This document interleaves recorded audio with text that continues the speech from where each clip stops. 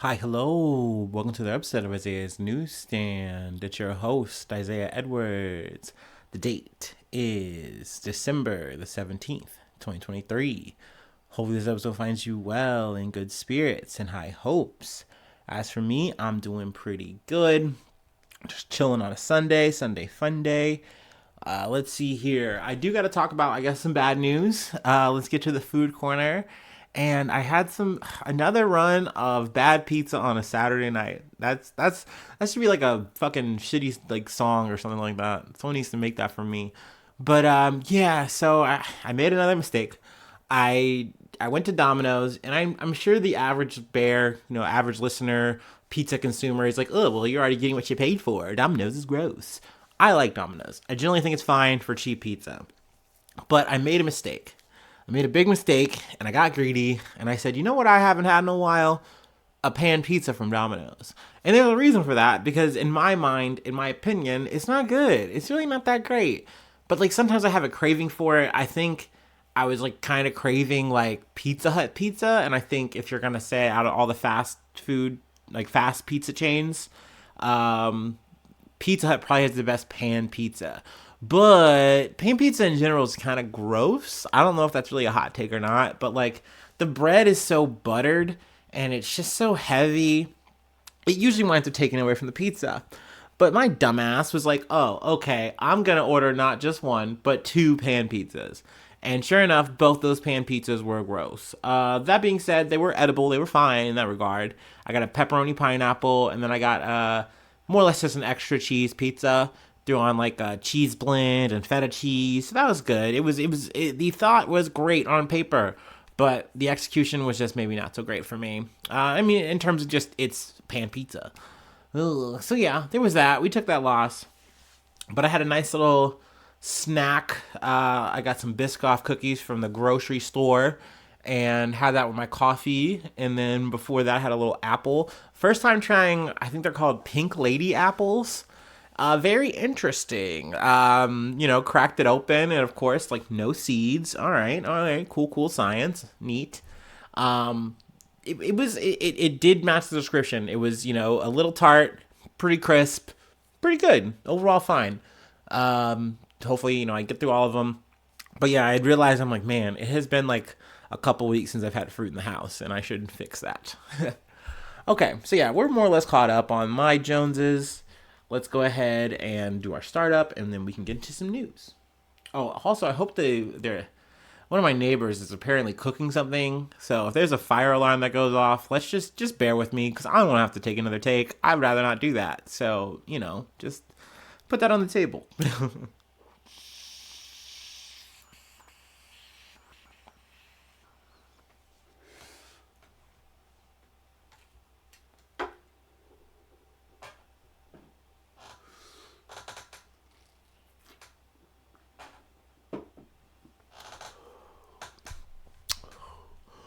Ooh wee. Okay. From CNN, a Palestinian student was expelled from a Florida high school after his mother made pro-Palestinian posts on social media. The Council on American Islamic Relations, or CARE, has requested the U.S. Department of Education invest the expulsion of a Palestinian American high school student over pro Palestinian content his mother posted on social media. Jad Abu Hamda, 15 years old, was expelled on November 19th from the Pinecrest School in Fort Lauderdale, Florida, and his mother, Dr. Maha Alzmari, was fired from her position as a math tutor at the school after she made posts criticizing Israel's collective brutality against Palestinian civilians and children in Gaza during the ongoing war. The private school issued a statement saying they considered Alzmari's social media posts to be hateful and incendiary. So yeah, I mean, this is really unfortunate in my opinion. Essentially, the mom was just sharing her opinion. I know in the midst of it, I think she shared like a politicized cartoon, and it was about how IDF soldiers, were going in and pointing their guns at babies. That's literally some shit that you could have seen and, on media coverage. But they were saying like stuff like this was insightful.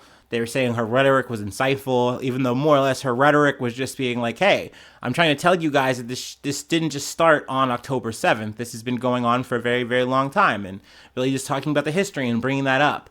But for doing that, they more or less not just silenced her, but they said, oh, we are going to fire you and your child, from school. Now, granted, this is a private school. This is something I've kind of talked about before because, issues like this have come up in other situations.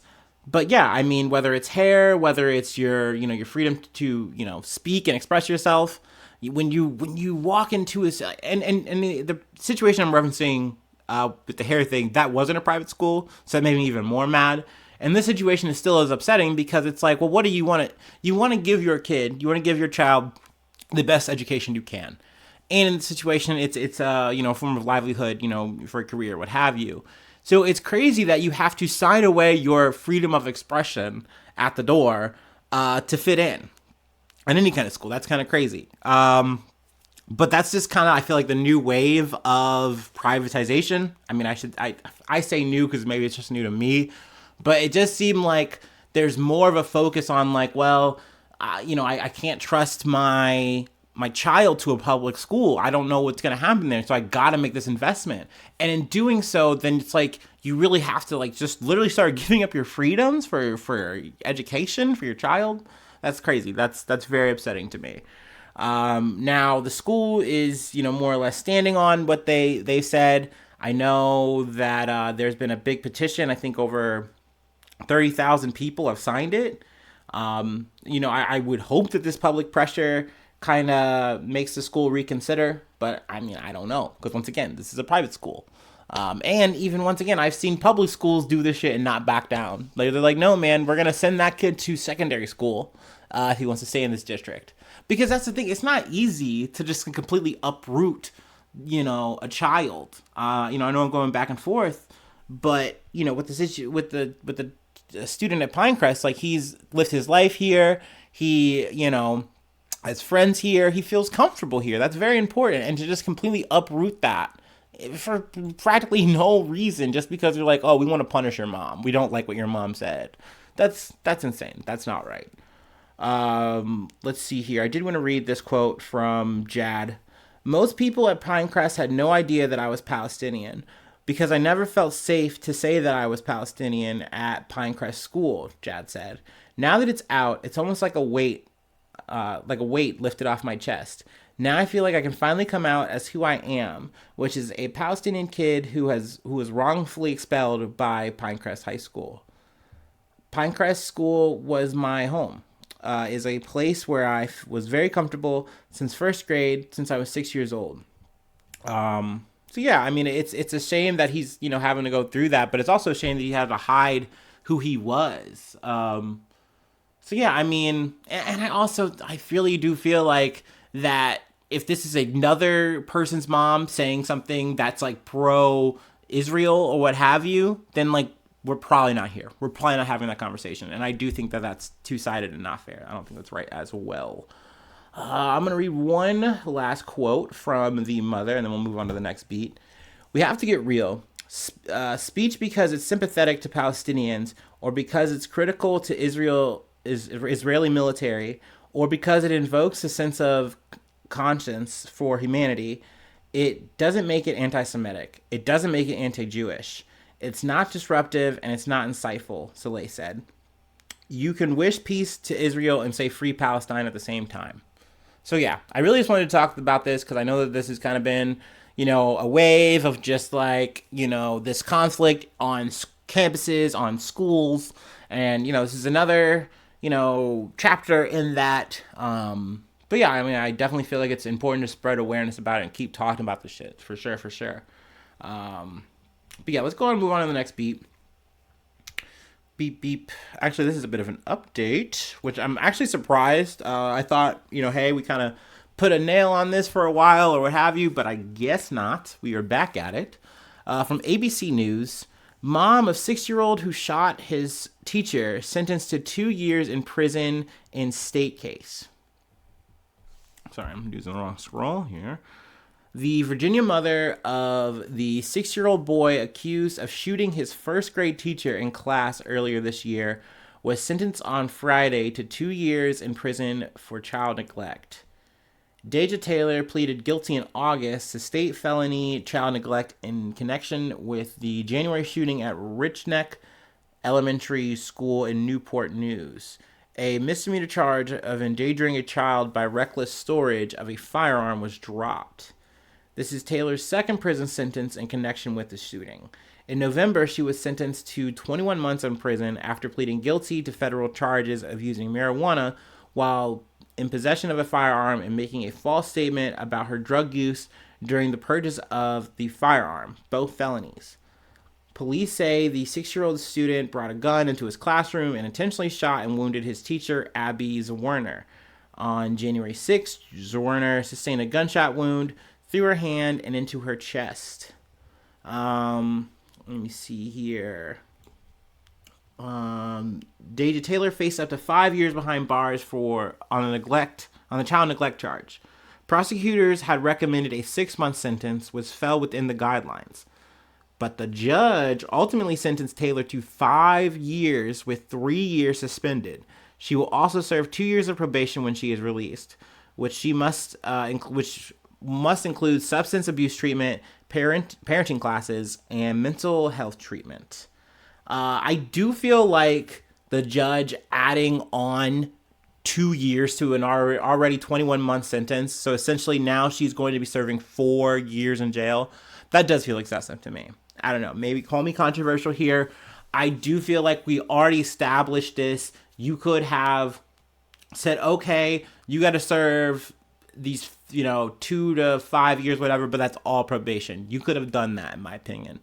I don't get where we are accomplishing anything extra by separating a mom from her child, putting a person through the whole prison system for longer. Like, it's not going to put money in Zwerner's pocket. That lawsuit's still in the air, and that's still against the school. Also, all of this is focused on the mom, which I get it. This is the root cause of this is the person who has the firearm. They didn't properly keep it up, even though they said, oh, I know I did have it under lock and key, and it was well away from my child, even though clearly that's not the case. I just feel like this is excessive. I don't feel like we don't get the get back. I don't feel like we get the justice. It just feels like it's just punishment for no gain on any side here. And I do feel like, once again, that Taylor's the only one who is the focus of this. Not the school, not anyone else outside of that lawsuit. But I mean, that's money. So I don't know. I don't like that, but I get that that's how the wheels of justice turn. I understand it. But I agree with Taylor's attorney, James Ellison, when he says, yeah, this is excessive and harsh. I agree with that as well. So, it is what it is, though. I got to report the news, no matter how I feel about it. But yeah, let me go ahead and move on to the next beat. This gets a little weird, a little freaky. And it's from the New York Post. Not my favorite place to get my news from, but sometimes something catches my eye and I can't find it anywhere else. So it's into the muck I go. And you guys are going to come with me. Sicko cult that practices Vikingism accused of raping captive, offering puppy sacrifice to the gods. So yeah, there's trigger warnings there that you can pull from. There you go. A Louisiana woman with 3 husbands who practices Vikingism allegedly held a 4th partner captive as a sex slave, forcing her to denounce Christianity and offer a puppy as a ritual sacrifice to the gods. So that's a mouthful. That's a lot. This does not feel very God of War to me. Hannah Frisbee, the 29-year-old leader of the West Monroe cult, which, man, I feel like this is a 4-man, 4 or 5, adding on a 6, man. I guess that crosses the threshold of a cult. But Caleb Frisbee, let's run down the husbands. Caleb Frisbee, 28. I guess he's the main because they're sharing the last name together, But then we got the add-ons. Justin Cohort, perfect last name, the cohort. 26 years old. James Owens, as well as Hannah Frisbee's uncle, 54. So I guess that means they're both 54 years old. Ooh. Also, you're the uncle here? Like, that feels like such a big add on here. And this is a very strange, interesting dynamic. I mean, I guess shout out to Hannah Frisbee here for being the girl boss, the Valkyrie shield maiden in this Viking cult. Very weird place to be a girl boss. But yeah, the sixth sect practice Satanism, Satan, witchcraft, and Vikingism, the worship of the Norse pantheon, and ritualistically sacrificed a puppy, according to arrest documents. Now, it is said as we get into this that maybe the puppy hasn't been sacrificed. It might have just been threatened with like a knife. We don't know as of yet. But let's talk about the victim, because the victim, they kind of joined this polyamorous relationship, and I guess they got more than they bargained for. But the victim, who suffers from autism and ADHD, gets in with this rabble. Frisbee told her that she had to live with them because she doesn't do long distance. Nice, very clever. Then, when she moved into the home, she was forced to renounce Christianity and adopt her new housemate's beliefs, which seems very makeshift. There was a situation where the victim was being punished for harming herself, and they put her into a bathtub filled with like hot water and scrubbed her with a bristle brush soaked in bleach to exorcise evil spirits. I don't know where Odin was called here. I don't get that. So that seems off, and they just made that up. They just kind of freestyled that. So this is very much less Vikingism to me, or whatever you're gonna call this practice. This just feels like they're playing Resident Evil Biohazard. I don't know, but I get it. The New York Post isn't gonna make that leap, but I will. But let's see here. Like I said, there was the puppy incident. Frisbee, Hannah Frisbee. I'm gonna add in the way.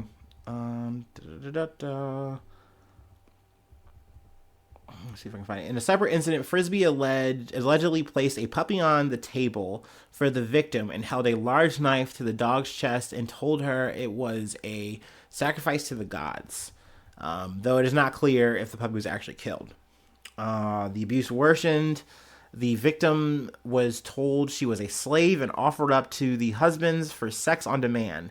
To move up the ranks in the family, she told investigators she needed to help them reproduce. Ooh, and you look at these guys. I would not. I'm not trying to carry on their mimetic legacy there. No, thank you. But yeah, let me get into how she kind of makes her escape. But the victim's sister visited the residence for dinner on September 21st. When she arrived, the victim asked her sister, "How is Freddie?" which is the family safety question they use to indicate if they are in trouble, but can't speak about it. So that's very clever. Good that she came into the situation, with that in her back pocket. The victim grabbed a notebook and asked her sister to read her poetry after scrawling a desperate message. "Help me. They won't let me leave. They beat me every day like a slave." So, okay, that's a good to saying, hey, I'm in trouble. 2 hours later, the victims left. Police came. Frisbee has been arrested on charges of first-degree rape, ritualistic acts, and aggravated battery. She's being held at Owachita Correctional Center. Cowart has been arrested and charged with aggravated battery and first-degree rape. Caleb Frisbee was charged with aggravated battery, and Alan, the add-on, was charged with 1 count of aggravated battery. So that's where we're going to leave that story. If I do find any more, though I will say it was kind of hard to find the story outside of the post, so look, we'll see. Maybe it'll make some bigger rounds as we go, but I don't know. That one just caught my attention. I couldn't look away. Anyway, we have one more story. It's much lighter, so I'm gonna take a little bit of a cleansing, if you will, and then we'll go ahead and finish this off. And it's good news. It's so much better. It's such a palate cleanse, I swear. So yeah, let me do that.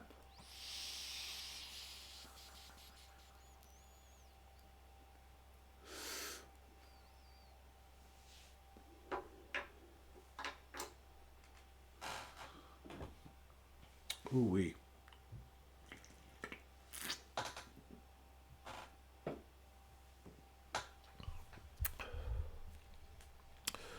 All right. From Good Morning America. 4-year-old baby survives deadly tornado, nestled in tree like a cradle. So adorable, but very scary and very sad story. A bit of an update, I guess you could say, or a side story to the Tennessee tornadoes that we had covered. I believe 6 people I recorded then had passed from that. So very sad. But Sydney Moore had just put her 2 young sons down for an afternoon nap when a deadly tornado tore through her hometown of Clarksville, Tennessee over the weekend.